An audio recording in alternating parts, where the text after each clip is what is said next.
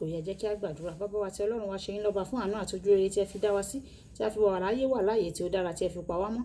Ògo ni fún orúkọ mímọ́ yín o, nítorí tí a wà lórí erùpẹ̀ a tún rí ọjọ́bọ̀ nínú oṣù kejìlá. Ọ̀rọ̀ náà tí a gbọ́ lé ní kó ṣe ayé àti ọkàn wa ní rere, kó má ṣe lòdì sí wa ní ọjọ́ ìdájọ́. Owó ọmọ àlàáfíà ikú baálẹ̀ ọ̀rọ̀ kó bọ̀ sínú ayé wa ní orúkọ Jésù. Nítorí tí a gbàdúrà lórúkọ Jésù Olúwa wa. Àmín àmín orúkọ Jésù. Ìwé ọ̀run ṣíṣí tí a ti ọwọ́ olùṣọ́-àgùntàn Enoch Adeboye kọ. Èní ọjọ́bọ̀ ọjọ́ keje oṣù kejìlá. Àkòrí tí a ó gbéyẹ̀wò ni ó sọ pé kí ni a mọ̀ ọ́ fún? Kí ni a mọ̀ ọ́ fún? A mú àkọ́sórí wa nínú ìwé Àìsáyà orí ìkẹrìndínlógún ẹsẹ̀ ìkẹtàlá. Àìsáyà orí ìkẹrìndínlógún ẹsẹ̀ ìkẹtàlá. Nígbà tí Jésù dé ìgbèríko Késárìà Fílípì, ó bi àwọn ọmọ ẹ̀yìn rẹ̀ léèrè pé, ta ni àwọn ọmọ ènìyàn fi èmi ọmọ ènìyàn pè ná? Ìgbà tí a mú bíbélì kíkà wa nínú ìwé Hébérù orí ìkọkànlá ẹsẹ̀ ìkẹrin dé ìkọkànlá. Ìwé Hébérù orí ìkọkànlá ẹsẹ̀ ìkẹrin dé ìkọkànlá tí ó kà báyìí pé, nípa ìgbàgbọ́ ni Ébélì rú ẹbọ sí Ọlọ́run tí ó sàn ju ti Kéènì lọ. Nípa èyí tí a jẹ́rìí rẹ̀ pé olódodo ni. Ọlọ́run sì jẹ́rìí ẹ̀bùn rẹ̀, àti nípa rẹ̀ náà bí ó ti kú ni ó fọhùn síbẹ̀. Nípa ìgbàgbọ́ ni a ṣí Énọ́kù nípò padà kí ó má ṣe rí ikú o, kò sì rí i, nítorí Ọlọ́run ṣí i nípò padà. Nítorí ṣáájú ìṣípòpadà rẹ̀ a jẹ́rìí rẹ̀ pé ó wu Ọlọ́run. Ṣùgbọ́n ní àìsí ìgbàgbọ́ kò ṣeé ṣe láti wu Ọlọ́run. Nítorí ẹni tí ó bá tọ Ọlọ́run wá kò lè ṣàìgbàgbọ́ pé ó ń bẹ, àti pé òun ni olùṣẹ̀san fún àwọn tí ó bá fi ara balẹ̀ wá. Nípa ìgbàgbọ́ ni Nóà, nígbà tí Ọlọ́run kìlọ̀ ohun tí kò tíì rí fún un, ó bẹ̀rù Ọlọ́run, ó sì kan ọkọ̀ fún ìgbàlà ilé rẹ̀. Nípa èyí tí ó dá ayé lẹ́bi, ó sì di ajogún òdodo tí í ṣe nípa ìgbàgbọ́. Nípa ìgbàgbọ́ ni Ábúráhámù, nígbà tí a pè é láti jáde lọ sí ibi tí òun yóò gbà fún ilẹ̀ ìní, ó gbọ́, ó sì jáde lọ láì mọ ibi tí òun ń rè o. Nípa ìgbàgbọ́ ni ó ṣe àtìpó ní ilẹ̀ ìlérí bí ẹni pé ilẹ̀ àjòjì. Ó gbé inú àgọ́ pẹ̀lú Ísákì àti Jákọ́bù àti ajogún ìlérí kan náà pẹ̀lú rẹ̀. Nítorí ó ń retí ìlú tí ó ní ìpìlẹ̀ yìí tí Ọlọ́run tẹ̀dó tí a kò sì kọ́. Nípa ìgbàgbọ́ ni Sárà tìkálára rẹ̀ pẹ̀lú fi ní agbára láti lóyún nígbà tí ó kọjá ìgbà rẹ̀, nítorí tí ó ka ẹni tí ó ṣe ìlérí sí olótìítọ́. Àyè tẹ́tí bẹ̀rẹ̀ jẹ́ láti gbọ́ ohun tí olùṣọ́-àgùntàn Enoch Adeboye ní fún wa ní èní.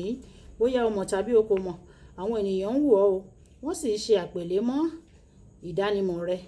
Àpèlé tí wọ́n fún ọ rọ̀ mọ́ àwọn àkíyèsí wọn nípa ohun tí ò ń ṣe lemọ́lemọ́. Tí àwọn tó rọ̀gbà yí ọ ká bá máa ṣe olóòótọ́ pẹ̀lú rẹ, ohun kan wà tí wọ́n mọ̀ ọ́ fún o, tí o nílò láti mọ̀, nítorí ó jẹ́ àbùdá irú ẹni tí o jẹ́. O lè má fẹ́ràn ohun tí wọ́n ń pè ọ́ o, ṣùgbọ́n tí gbogbo ènìyàn bá máa gbà pé àpèlé tàbí ìdánimọ̀ tí wọ́n fún wọn gan-an ló yẹ wọ́n, dípò kí wọ́n máa bínú fún àpèlé yìí, o lè gbà á gẹ́gẹ́ bí èsì kí o sì yí ìwà rẹ padà. Ó lè mú ìbínú wá nígbà tí o bá rántí àwọn àbùdá rẹ tó dára o, ṣùgbọ́n ó dàbí pé àwọn ènìyàn máa ń lo àwọn àbùdá tí kò dára láti fi ṣe àpèjúwe ènìyàn. Má ṣe fi ṣèbínú o, Ọlọ́run kàn fẹ́ lò wọ́n láti gbé ọ kí o sì di ẹni tí ó dára sí ni o. Dípò kí o ṣàròyé pé ṣé ẹ kò rí àwọn ìwà dáradára tí mò ń hù ni. Gba èsì tí wọ́n wá láti ọ̀dọ̀ àwọn ènìyàn yìí kí o sì lò wọ́n láti fi ṣe àtúnṣe ara rẹ. Má ṣe wò pé wọ́n ń sọ̀rọ̀ lórí àwọn nǹkan tí o rò pé wọ́n dára nípa rẹ o. Ìwọ ṣáà gba ohun yòówù tí wọ́n bá sọ láì dáa nípa rẹ, kí o sì yí padà dáradára kí o lè jẹ́ ẹni rere. Báyìí ní ìwọ̀n ìgbà tí ó jẹ́ pé ó ṣeé ṣe fún àwọn ènìyàn láti rí ohun àìdá ènìyàn kí wọ́n sì rí ohun tó dára.